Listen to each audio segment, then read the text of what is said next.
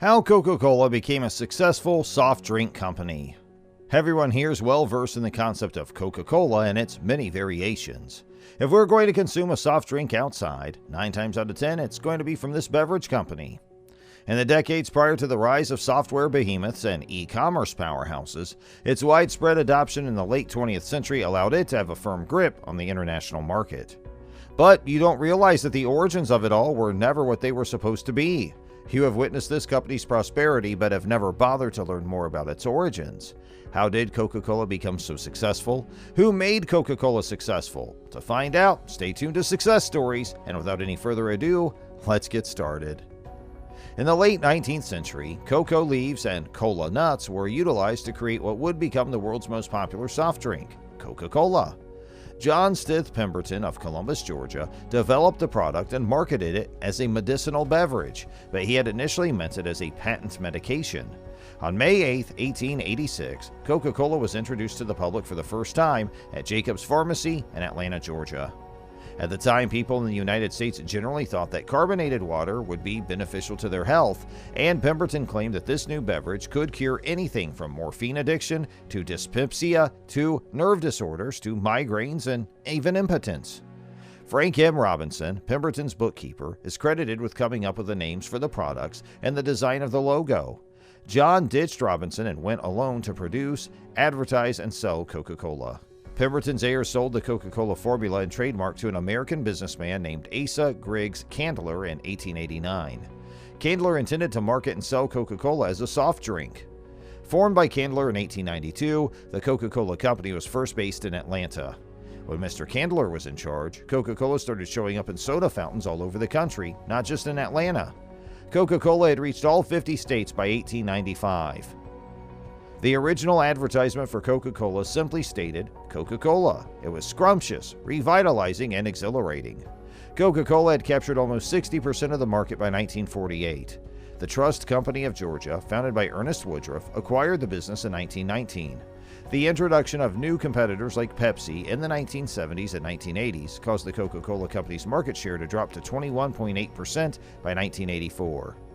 The 10 strategic moves made by Coca-Cola over the past 130 years that helped it grow from a startup beverage offered in a small Atlanta pharmacy to one of the most famous brands in the world. Coke for a nickel, 1886 to 1940. The founders of Coca-Cola originally envisioned a world in which their beverage was widely accessible and inexpensive. In order to accomplish this, the business maintained the price of Coke at 5 cents or 1 nickel for over 70 years.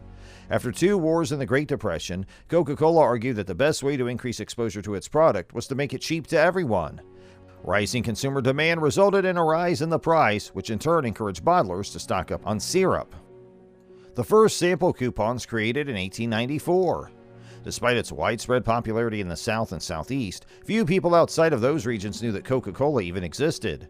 In 1888, after purchasing the Coca-Cola formula from its inventor John Pemberton, Asa G. Candler began offering free samples of the soft drink to anyone who would give it a try. More than 8.5 million free Coca-Cola vouchers were redeemed between 1894 and 1913. 1 in every 9 U.S. citizens had now sampled Coca-Cola. Beginning of the Coca-Cola system in 1899. Candler prioritized growth and distribution as the booming late 1800s gave rise to intense competition in the beverage business. He hoped to increase demand for Coca-Cola across the country by licensing it for wider distribution. In 1899, Candler formed what is now known as the Coca-Cola system when he sold the bottling rights for Coca-Cola to 3 ambitious businessmen in Chattanooga, Tennessee, Benjamin F. Thomas, Joseph B. Whitehead, and John Lupton, for the low price of a single $1. This structure, which is a franchise partnership between the Coca-Cola business and more than 250 bottlers globally, has allowed Coca-Cola to expand its reach far beyond what Candler could have envisioned, with sales now occurring in over 200 countries. Famous Contour bottle debuts in 1915. Not long after its introduction, Coca-Cola was met with a flood of imitators. Coca-Cola responded by issuing a challenge to the glass industry, asking them to come up with a new bottle design that would stand out so much that it could be identified even if broken on the ground or felt in the dark.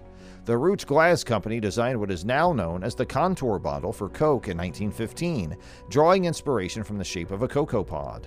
The Contour bottle, which is now more than a century old, has become a globally recognized symbol of quality and innovation. Coca-Cola in the 1940s at the time of the war. Coca-Cola's president at the time, Robert Woodruff, agreed with the sentiment that any American soldier, no matter where they were stationed or how much it cost the firm, should be able to purchase a Coke for 5 cents. Technical observers were employees who were sent overseas with the American military to establish and manage bottling installations that supplied Coca-Cola to American troops. Woodruff's foresight during this pivotal era in American history allowed the company to expand internationally and make a name for itself around the world. This action not only had a global impact, but also engendered brand loyalty among American servicemen and their families, and went on to show unwavering devotion to the brand for multiple generations. Minute Maid, Sprite, Tab, and Fresca are all different kinds of drinks, thus they're good for diversification. The Minute Maid Corporation was bought by the business in 1960, marking its first foray into industries other than carbonated drinks. At the time of the acquisition, Minute Maid had already established itself as the market leader in the United States juice category with a market share of about 33%. In the years that followed, this investment was crucial to Coca-Cola's efforts to broaden and diversify its product offering. Coca-Cola introduced Sprite, the first lemon-lime soda, Tab, the first diet soda, and Fresca, the first sugar-free citrus soda, in the years following the company's successful acquisition of Minute Maid. Since then, the Coca-Cola Company has expanded to provide over 3,800 beverages covering numerous niches. More than 600 new goods were introduced by the firm in 2015. Coca-Cola introduced Diet Coke in 1982. Coca-Cola started working on a new drink in the late 1970s in an effort to revive cola sales and meet the growing demand for low-calorie beverages. The first brand extension of the Coca-Cola Company was Diet Coke, which was released in 1982 to much fanfare. Despite initial fears that a new diet drink might dilute the brand, Diet Coke quickly rose to prominence as America's preferred sugar-free soda within a year of its introduction. Diet Coke's release marked a turning point for the firm, one in which they were willing to experiment with the creation of novel beverages in order to keep up with the consumer's ever-evolving tastes. Year 1985. Brand New Coke. In an effort to reinvigorate the cola industry, the Coca-Cola Company discontinued sales of its flagship product, Coca-Cola, in 1985 and replaced it with New Coke, the first formula change in 99 years. New Coke's release was widely panned as a catastrophic business failure, but hindsight showed it was actually a stroke of marketing genius. An emotional link between the Coca-Cola brand and its consumers was uncovered in the midst of negative media coverage, protests, letters, phone calls, and consumers rushing to stock up on as much original Coke as possible. The love for original Coke was something that caught the company by surprise, Don Keough, the then president and CEO, said at a news conference announcing the return of the original Coke formula.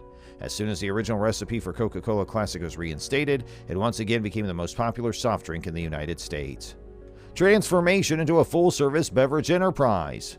Coca-Cola's plan to evolve from a sparkling beverage into the total beverage company was first discussed in the late 1990s. It didn't take long for several products to corner the burgeoning non-carbonated drink market, particularly in the United States. In 1999, the business introduced Dasani as its major U.S. water brand. In 2001, it introduced Simply Juices. In 2006, it introduced Gold Peak Teas. And in 2007, it acquired Vitamin Water and Smart Water. Each of these 21 brands now accounts for over $1 billion in annual retail sales for the corporation as a whole. Present and future, anticipating consumer demand. Today, consumers all over the world are looking for novel beverage options. Thus, the company is responding by acquiring stakes in rapidly expanding beverage brands. To find the next generation of billion-dollar brands to add to its portfolio, Coca-Cola North America established its Venturing and Emerging Brands division in 2007. VEB is a hybrid venture capital firm and brand incubator that has made strategic investments in or acquired companies like Honest Tea, Zico, Suja, and Core Power. And that's it for today's video. We hope you enjoyed it. Thanks for watching.